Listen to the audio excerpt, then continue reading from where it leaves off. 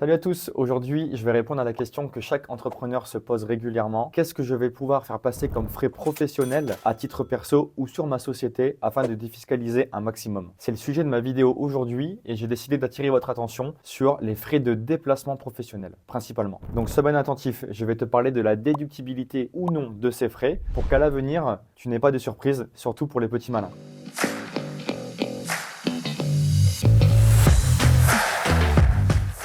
J'ai décidé de découper ma vidéo en 3 parties. Alors tout d'abord, en 1, on va parler des frais kilométriques. En 2, on va parler des frais de repas. En 3, on va parler des frais de déplacement, tout ce qui concerne les frais lors de déplacements professionnels, mais qui n'inclut pas un véhicule. Pilier majeur de ma vidéo, avant de voir les 3 types de frais en détail, je vais vous parler justement des conditions de déductibilité de ces frais à respecter.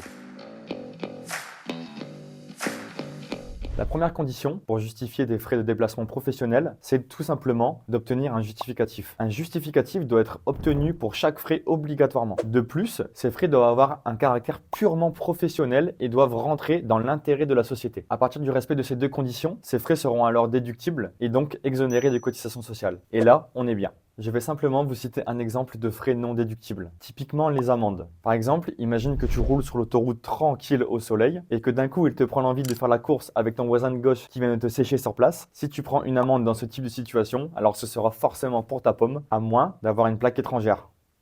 Allez, c'est parti, on passe au premier type de frais, donc les frais kilométriques.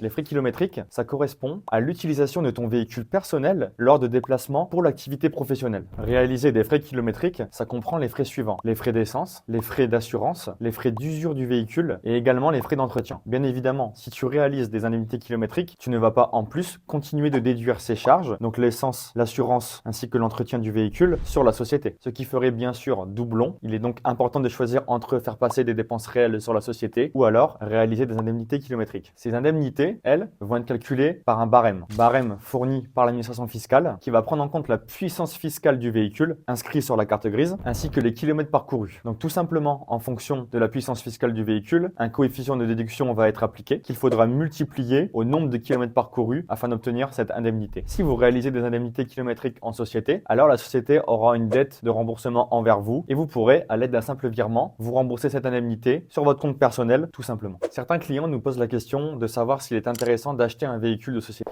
Hey, si tu veux savoir si acheter la supercar de tes rêves avec ta société ou même une 208 ou un Tesla Model X c'est intéressant ou non, s'il vaut mieux que tu l'achètes personnellement ou avec ta société, surtout mets la cloche et abonne-toi puisque je te prépare une vidéo aux petits oignons dès la semaine prochaine. Tu verras, c'est factuel, on prendra un exemple concret avec une F-Type forcément, c'est la voiture de mes rêves, mais aussi un Model X et tu sauras exactement combien ça va te coûter sur 5 ans. J'ai hâte de sortir cette vidéo parce que moi-même ça m'a intéressé de la faire puisque je suis aussi intéressé par acheter une supercar. Donc abonne-toi et je te laisse avec Geoffrey pour la fin des frais de déplacement. On va passer au deuxième type de frais, les frais de repas. Pour tous ceux qui aiment bien le restaurant, soyez vigilants, c'est maintenant que ça se passe.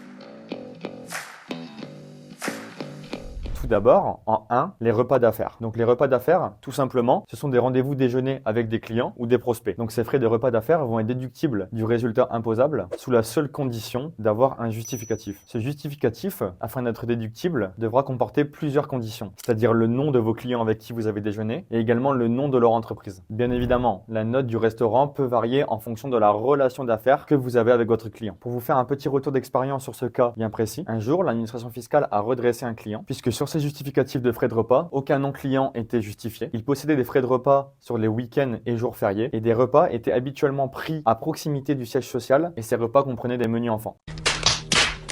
Donc pour vous dire qu'il faut être assez carré sur ces justificatifs puisque l'administration fiscale pourra les remettre en cause. Deuxième type de repas, les repas pris lors de déplacements professionnels ou les repas pris sur les lieux de travail. La déduction de ces repas est plafonnée, donc déduction assez limitée. Ces repas correspondent aux repas qui ne peuvent pas être pris au domicile puisque le domicile étant trop éloigné du lieu de travail. Donc par exemple, une question de la plus grande importance me traverse l'esprit. Je vous vois tous venir et me demander si les tickets McDo peuvent être déductibles. Donc je vais répondre à cette question d'une grande importance. Oui, un repas pris à McDo avec un justificatif lorsque vous ne pouvez pas rentrer à votre domicile pourra être déductible de votre société, sauf si vous avez voulu goûter tous les menus Maxi Best-of de la carte du restaurant. Ça fait beaucoup là, non? Toujours dans une limite de plafonnement, cela reste déductible. Les frais de déplacement hors véhicule. Ça va correspondre à l'achat de billets lors d'un déplacement en train, en avion ou alors en taxi. Donc ces frais, je rappelle les conditions, lorsque vous possédez un justificatif de ces frais et qu'ils sont purement en caractère professionnel et dans l'intérêt de l'entreprise, alors aucun problème, ces frais resteront déductibles. Je vais aborder un petit point sur l'existence des frais domicile-travail. En effet, selon son bon vouloir, l'employeur peut participer aux frais de transport en commun entre la résidence habituelle de l'employé et son lieu de travail. Autre possibilité pour l'employeur de prise en charge de ces frais, il pourra, via un accord d'entreprise ou de branche, prendre une partie en charge de ces frais ou alors mettre en place des systèmes de primes comme une prime carburant ou alors une prime de transport. Cependant, s'il choisit cette option, alors l'ensemble des salariés devront en bénéficier. Petit point à connaître, une allocation grand déplacement peut aussi être mise en place par l'employeur. Il faut que le domicile soit situé à plus de 50 km du lieu de travail et que les transports en commun ne permettent pas au salarié de rentrer chez lui en moins d'1h30 de trajet. Évidemment, lorsque l'employeur n'a pas mis à disposition